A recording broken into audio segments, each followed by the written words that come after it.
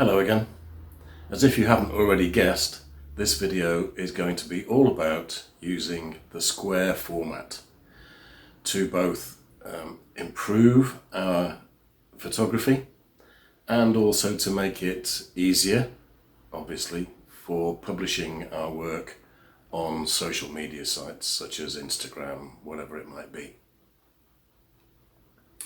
Now, given that most of us will be using a digital imaging device of some description or another, whether that's a phone or a DSLR or a mirrorless camera, whatever it might be, they will natively be taking images in a rectangular format.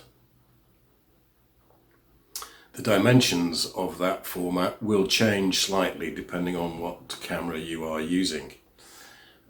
If you're using a so-called full frame DSLR or mirrorless camera, then they are nominally 24 by 36 millimeters, giving you a 3:2 aspect ratio, just the same as 35 millimeter film used to be back in the days when everybody had to use film. However, there have been a number of different formats over the years. And although the majority of photographic formats are based on the rectangle, there have been a number of successful square formats. And I would like to, at this stage, you're wondering what on earth he got in his sticky little hands. This was the first ever camera that I actually used from memory. And it is a Kodak Brownie 127 Bakelite. Early plastic, and I'm highlighting this because in one of the first images that you'll see, I want to illustrate how Kodak in particular changed from a rectangular format to the square format. This is the version 1 of the Brownie 127. Version 2 onwards, they reverted to a square format. So we'll have a look into that starting now. So here we have an earlier Kodak box Brownie, rectangular format, 8 exposures on a roll of film, and it came with 2 separate viewfinders, one for upright framing, the other for horizontal. And when they introduced the Brownie 127, still rectangular format, but one viewfinder because it's eye level. So when they introduced the second version of the Brownie 127, it was square format, giving 12 exposures per roll of film, because the square format also did away with the need to consider moving the camera to change from vertical to horizontal. That was unnecessary. And in fact, when you take away the need to even consider rotating your camera through 90 degrees to change from upright to horizontal format images, suddenly it becomes much easier for everybody to take images and not have to worry about the framing when they take the original photograph. And in fact, Kodak stuck with the square format when they introduced their 126 Instamatic. Of course, many high-end manufacturers such as Rolleiflex also utilised square format. The Rolleiflex 3.5F here, one of the better known models in their range. But moving on to more current designs, of course, from 35mm film cameras right up until up-to-date mirrorless cameras, they are all rectangular format. There's been a multitude of film formats brought out over the years, but it's interesting that in nearly every case there's always been a discrepancy between the print sizes that we could order from a processing laboratory for our enlargement purposes compared to the dimensions of our film negative. There's always been a discrepancy which has usually resulted in some cut-off of our original image area. So the purpose of this video is to illustrate how now, digitally, we can easily crop our images to a square format to add impact. Now, of course, many photographers will urge you not to crop your image because you are getting rid of valuable pixels, and the quality can suffer because of that.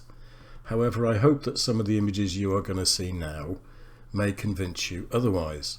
Here we have some early spring crocuses. It's underexposed, and there are areas of the image, both left and right, which don't add anything at all. So my first reaction is to lighten it and crop it to a square format. And that just has to be a big improvement. Sorry, most of the images that you are going to see are taken on cameras with no more than about 25 megapixels maximum. Some of these images were taken on film cameras.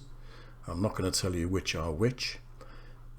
However, here we have a toppled headstone, which I quite liked because of the harsh shadows. I didn't like the way that the base of it was dominating, so crop it to square, increase the contrast, and in my eyes anyway, it's a stronger image. It's nothing brilliant, but it's an improvement over the original.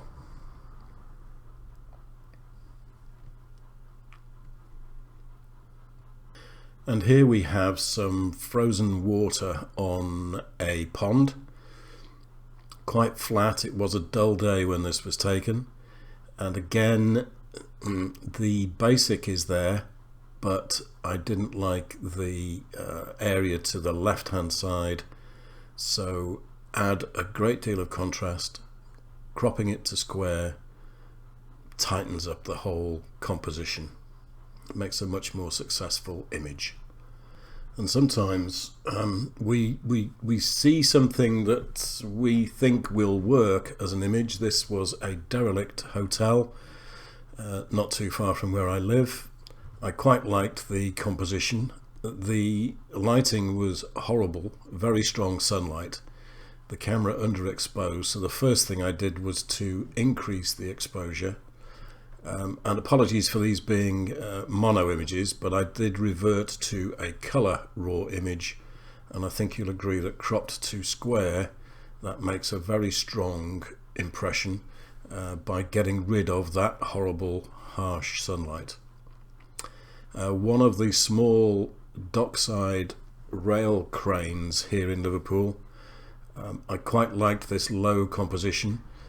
I did put a graduated filter in the sky. There was no detail in there whatsoever, and again, after a successful very tight square crop, I think we have a very much stronger image as a result.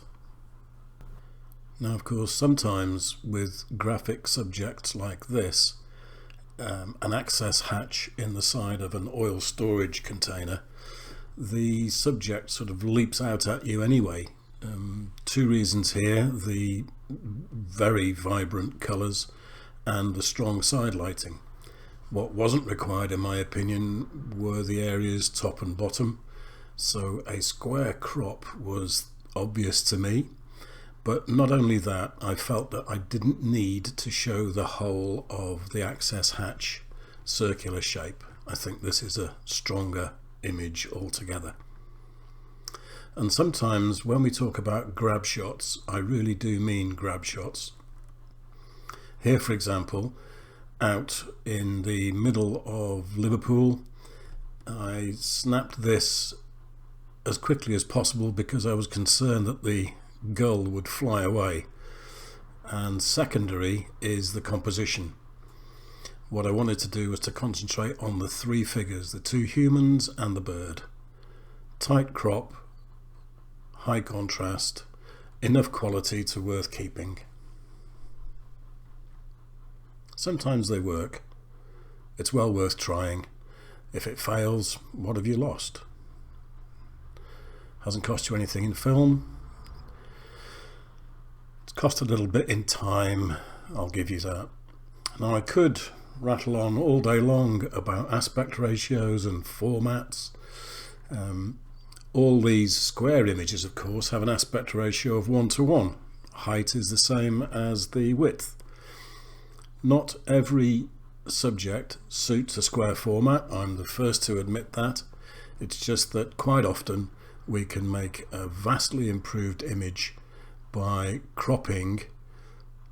In the case of this video, all the images you've seen will be cropped to square. Sometimes, of course, with regard to landscape images, the aspect ratio can be 3:1 or even 4:1, such as you see in these two landscape style images.